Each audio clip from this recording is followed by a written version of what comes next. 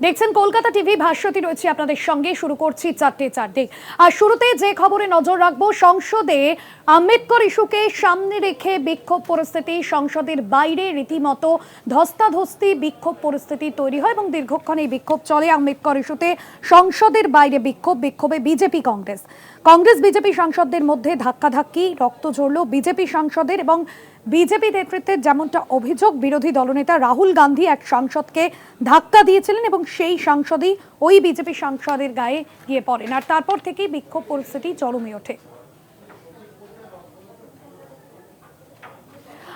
আহত বিজেপি সাংসদ প্রতাপ সারঙ্গী, তিনি কি বলছেন, কি অভিযোগ তার, শোনাবো প্রথমে। धक्का मारा राहुल गांधी ने। हाँ, राहुल गांधी ने धक्का मारा। राहुल गांधी कौन सी जगह पे सर? सर किस जगह पे? सर किस जगह पे? सीढ़ी के ऊपर में मैं खड़ा हुआ था और राहुल गांधी ने आकर के एक एमपी को धक्का लगाया, वो मेरे ऊपर गिर पड़ा और मैं। कहाँ चोट लगी सर आपको? कहाँ चोट लगी सर? एक बार दिखा दीजिए। ओह, ये बेल्ट टू क्लैम। ये तो बहुत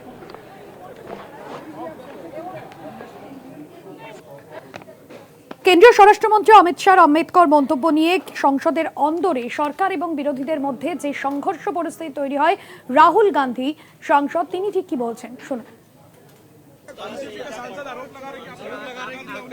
नहीं देखिए, मैं पता नहीं आपके, शांत हो जाए, आपके कैमरा में होगा।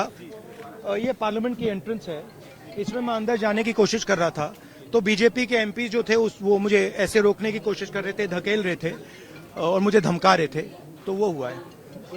देखिए हाँ किया है मगर ठीक है, कोई मतलब धक्का मुक्की से हमें कुछ होता नहीं है, मगर ये एंट्रेंस है पार्लियामेंट हाउस की और हमारा अधिकार है अंदर जाने का, और बीजेपी के जो मेंबर्स हैं वो हमें अंदर जाने से रोक रहे थे। আপনাদের শোনালাম রাহুল গান্ধী তিনি ঠিক কি বলেছেন এবং যিনি বিজেপি সাংসদ আহত হয়েছেন তারই বা কি অভিযোগ, এই নিয়ে বিস্তারিত জানবো। পলিটিক্যাল এডিটর আশিস চট্টোপাধ্যায় রয়েছেন আমার সঙ্গে নিউজরুম থেকে। আশিস দা, যে ছবি আজ সংসদের অন্দরে ধরা পড়লো, শাসক এবং বিরোধীদের মধ্যে একেবারে সংঘর্ষ পরিস্থিতি আম্বেদকর ইস্যুকে সামনে রেখে, ঠিক কেন এই ছবি সামনে এলো, ঠিক কি বা ঘটেছিল আজ সংসদে? দেখো, প্রথমেই বলে রাখবো, এইরকম একটি ছবি যে আমাদের দেখতে হবে, বিশেষ করে সংবিধানের ৭৫তম বর্ষ, তারপরে কি অমৃতকাল চলছে ভারতীয় গণতন্ত্রের, তার মধ্যে যে এইরকম একটা ছবি আমাদের দেখতে হবে, সেটা আমরা কল্পনাতেও ভাবিনি কখনো। এবং বলা যেতে পারে বিশ্বের কাছে ভারতীয় গণতন্ত্রের পক্ষে এটা আজকে একটা লজ্জার দিন। ঠিক কী ঘটনা ঘটেছিল যেটা জানা যাচ্ছে এবং সে সংক্রান্ত ভিডিও আমাদের কাছে কলকাতা টিভির হাতে রয়েছে, সেটা এই রকম যে কংগ্রেস এমপিরা সিঙ্গল ফাইলে একজন করে একটা মিছিল করে যাচ্ছিলেন, সংসদে ঢোকবার জন্য যাচ্ছিলেন। তাদের হাতে আম্বেদকরের পোস্টার ছিল, আম্বেদকরের ছবি সম্বলিত পোস্টার ছিল। সবথেকে আগে প্রিয়াঙ্কা গান্ধী হাঁটছিলেন এবং তারপরে অনেক মহিলা সাংসদ, তারপরে অন্যান্য সাংসদরা হাঁটছিলেন। রাহুল গান্ধীর হাতে একটি সংবিধানও দেখা যায়, লাল মলাটের সংবিধান, ছোট সাইজের সংবিধান, পকেট বুকের মতো দেখা যায়। সেটা নিয়ে তাঁরা হাঁটছিলেন সংসদের মকরদ্বারের দিকে। এই যে নতুন সংসদ ভবন হয়েছে তার দরজা, মানে তাদের সব নাম হয়েছে সাংবাদিক, তার মধ্যে একটি দরজার নাম মকরদ্বার। এখন এই মকরদ্বার দিয়ে যখন তারা সংসদে ঢুকবেন, তার আগে কিছুটা বিক্ষোভ দেখাচ্ছিলেন, তখনই হঠাৎ দেখা যায় শাসক দল তারা ওই মকরদ্বারটা বন্ধ করে সেখানে বিক্ষোভ দেখাতে থাকে। তাদের বিক্ষোভের বিষয় নাকি ৫১ সাল থেকে কংগ্রেস আম্বেদকরকে অপমান করে আসছে এবং তারাও বিক্ষোভ দেখাতে থাকে। এদিকে বিরোধীরা যখন বিক্ষোভ তাদের শেষ হয়ে যায়, অল্প কয়েক মিনিটের ব্যাপার, তখন তারা মকরদ্বার দিয়ে সংসদে ঢুকতে যায়।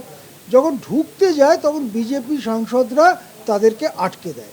অর্থাৎ সাংসদ তিনি সংসদে ঢুকতে চাইছেন কিন্তু শাসক দলের লোকেরা তাদেরকে আটকে দিচ্ছে, লোকেরা মানে সাংসদরা তাদের আটকে দিচ্ছে। তখন যারা ঢুকতে চাইছেন তারা তো ঢুকবেন, সেখানে নেতা হিসেবে রাহুল গান্ধী সামনে যান এবং তিনি দুহাত দিয়ে যেমন ভিড় সরিয়ে ঢোকবার চেষ্টা করা হয় সেই রকম চেষ্টা করেন, তাতে রাহুল গান্ধীর ওপরে 2-3 জন এসে ধাক্কাধাক্কি করেন এবং তখন একটা ধাক্কাধাক্কির পরিবেশে একজন বিজেপির এমপি তিনি ভারসাম্য হারিয়ে তিনি যখন পড়ে যেতে থাকেন তখন আরেকজনের ঘাড়ে তিনি পড়েন বা গায়ে তিনি পড়েন। সেই যার ঘাড়ে তিনি পড়ে গেলেন তিনি তখন সেই ধাক্কায় মাটিতে পড়ে যান, তার মাথাতে একটু আঘাত লাগে। আমাদের প্রথমে মনে হয়েছিল সামান্য আঘাত, পরে দেখলাম যে বিজেপির পক্ষ থেকে বা কিরেন রিজিজুর বিবৃতিতে দেখলাম যে গ্রিভাস ইনজুরি কথাটা লেখা হয়েছে, অর্থাৎ গুরুতর আঘাত।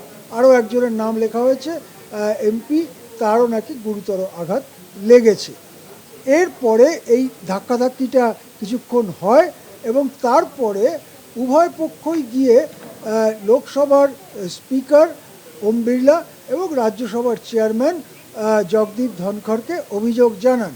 ইতিমধ্যে যে ঘটনাটা ঘটে, খুবই প্রবীণ, বয়সেও প্রবীণ নেতা মল্লিকার্জুন খাড়গে ওখানে স্লোগান দিচ্ছিলেন, বিক্ষোভ দেখাচ্ছিলেন, তাকে ধাক্কা দেওয়া হয়, এমনভাবে ধাক্কা দেওয়া হয় যে তিনি মাটিতে বসে পড়েন, হঠাৎ পড়ে যান এবং তিনি পরে লোকসভার স্পিকারকে চিঠি লিখে বলেছেন যে তার হাঁটুতে কিছুদিন আগে অস্ত্রোপচার হয়েছে, সেই হাঁটুতে আবার তিনি চোট পান।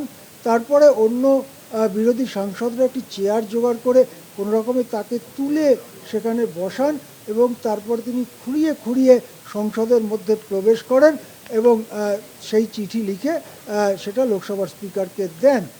অন্যদিকে বিজেপি আরও সাংঘাতিক অভিযোগ করেছে, সেটা হচ্ছে বিজেপির একজন মহিলা এমপি তিনি অভিযোগ করেন কিরেন রিজিজুর যে ভাষা, সেই ভাষায় যে রাহুল গান্ধী তার বুকে ধাক্কা মেরেছে।